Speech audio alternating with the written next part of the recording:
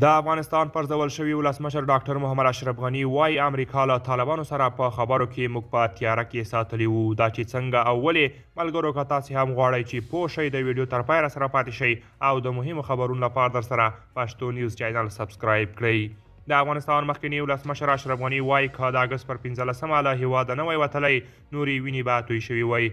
دی وایي د ده تر ټولو لویه تېروتنه دا وه چې پر نړیواله ټولنه یې باور وکړ. اشرف غني وایي زه په بشپړه توګه په تیاره کې ساتل شوی وم. موږ ته دا موقع بیخي نه ورکړل شوې چې له هغوی طالبانو سره کښینو. سفیر خلیلزاد به له هغوی سره ناستې کولې او له دې امریکایي موضوع جوړه شوې وه.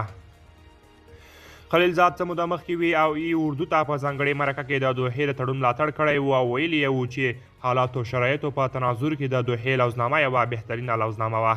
خلیلزاد هم له افغانستانه د اشرف غني پر وتلو نیوکې کړې وي او ویلي یې وو چې که هغه په هېواد کې پاتې شوی وای نو د افغانانو ترمنځ به د یوې لوزنامې لپاره یو ښه چانس موجود وای. خلیلزاد په هغه مرکه کې پر اشرف غني د بین الافغاني مذاکراتو د ځنډولو تور هم پورې کړی و. پر اشرف غني له هېواده تر وتلو وروسته په هېواد کې دننه او بهر کلکې نیوکې شوې وې چې ګواکې ملک یې په حساسو حالاتو کې تنها پرېښو. خو اشرف غني له هېواده د وتلو بیړنۍ پرېکړه یو ځل بیا دفاع وکړه. وایي که لږ هم نور پاتې شوی وای دی او حکومت ورسره کسان به ټول وژل شوي وای.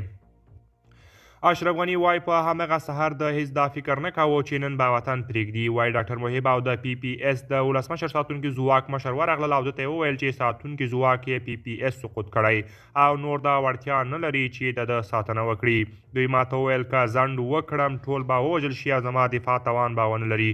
ډاکټر محب خو زیات ویرېدلی و او ما ته یې 2 منټه وخت هم رانه کړ. زما لارښوونه دا وه چې خوست ته د تګ لپاره تیاری وکړه خو هغه راته وویل چې خوست او جلال آباد دواړه سقوط شوي. کله چې الوتکه پورته شوه زه پوه شوم چې له هېواده وځم نو دا هر څه ناڅاپي وشول. قدرمنو دوستان دا وه زموږ د نن ورځې چمتو شوې ویډیو. که تاسې د ویډیو په اړه کوم نظر لرئ موږ سره یې کومنټ کې شریک کړئ. تر بیا ښه وخت.